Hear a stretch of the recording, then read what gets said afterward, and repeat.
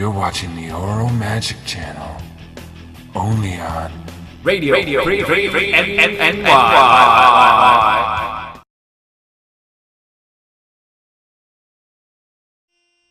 Rabbi Kirshner, head mashgiach, head rabbinical supervisor.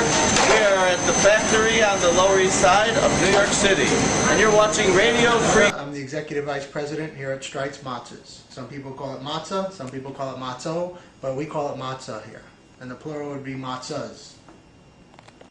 Streits began on the Lower East Side right after the turn of the century, down on Pitt Street, which is a few blocks down from where we are now. Our great-grandfather, I'm the fourth generation and we have the fifth generation working here, moved the building in around 1925 to its current location here. Streits began right after the turn of the century on the Lower East Side, a couple blocks down from where we are today on Pitt Street. And we moved around 1925. Our great-grandfather, Aaron Streit, who started the company, moved it to its current location here on Rivington Street in 1925. We've been here ever since.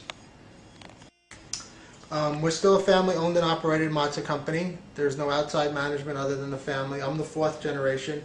There's another fourth generation member that runs with me, and also a fifth generation person is here as well. So we're up to the fourth and fifth generation of people running the business. And we've been in the Lower East Side, and it's changed. Right now it's really a popular place to be.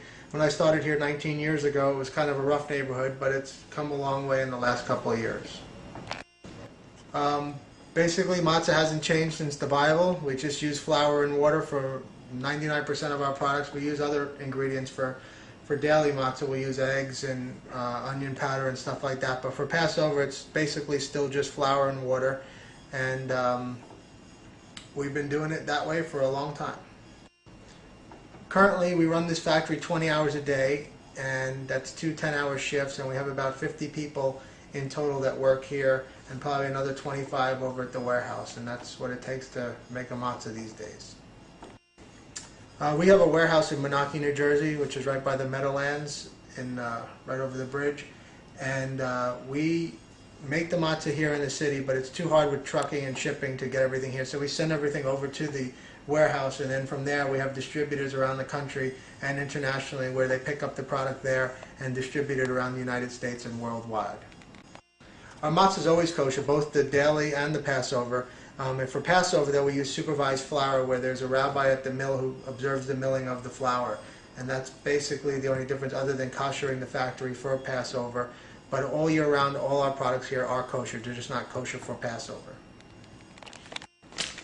In terms of difference of taste between us and all the other brands of matzah that are out there, it's all the same ingredients for Passover. It's flour and water. I could tell the difference for whatever reason, and I'm sure certain people, we have people that were weaned on it. I was weaned on it, so of course the way we make it is what I'm accustomed to. But there is a slight variation, probably due to the water or the ovens that have made it. Just like eating a pizza here around New York City, you'll get different pizzas even though they all have the same ingredients. There is a little difference in taste.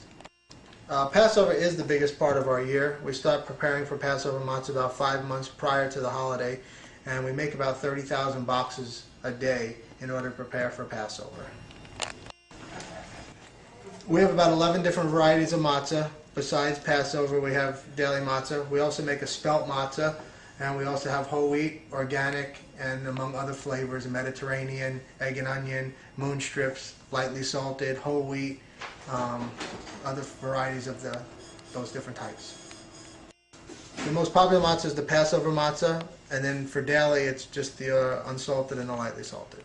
The best place to store matzah is any place that's dry. As long as it stays in the packaging the way we package it, it has a pretty long shelf life, a year to 2 years. Once you open it, humidity is the only thing that really hurts the product. So as long as you keep it in a dry, clean place, it should be fine. Outside the U.S., the most popular place that buys our matzah, we sell a lot to England, we sell some to South Africa, and a little to France. Basically, our matzah factory is pretty antiquated. We use a lot of the equipment that my grandfather and great-grandfather started with, so we really haven't modernized our plant like other people, so we feel that still gives us that little extra flavor that we've been using for all these years. We have about 200 products in total here, anywhere from matzo ball and soup mix to soup mixes to potato chips to cake mixes to cookies to macaroons, a whole variety of kosher products, both Passover and daily. We've had all kinds of letters that came in where people put their matzah. Most people just put butter, or a lot of people want to send us their family recipes. That everybody wants to put their recipe on the box, which of course we can't do that. Funny story, a friend of mine who's Italian, I sent him some matzahs because he didn't really know what it was. He says it's great every morning. He puts a nice slice of ham on it and it tastes great. We'd love to have you over to our house anytime you want for anyone's different way of making matzah ball, matzah brai. They all have their own family heirlooms. Everyone says theirs is the best. So we don't really try to form an opinion. We just go there and we say we like it. But you're more than welcome to show up at anybody's house at any time.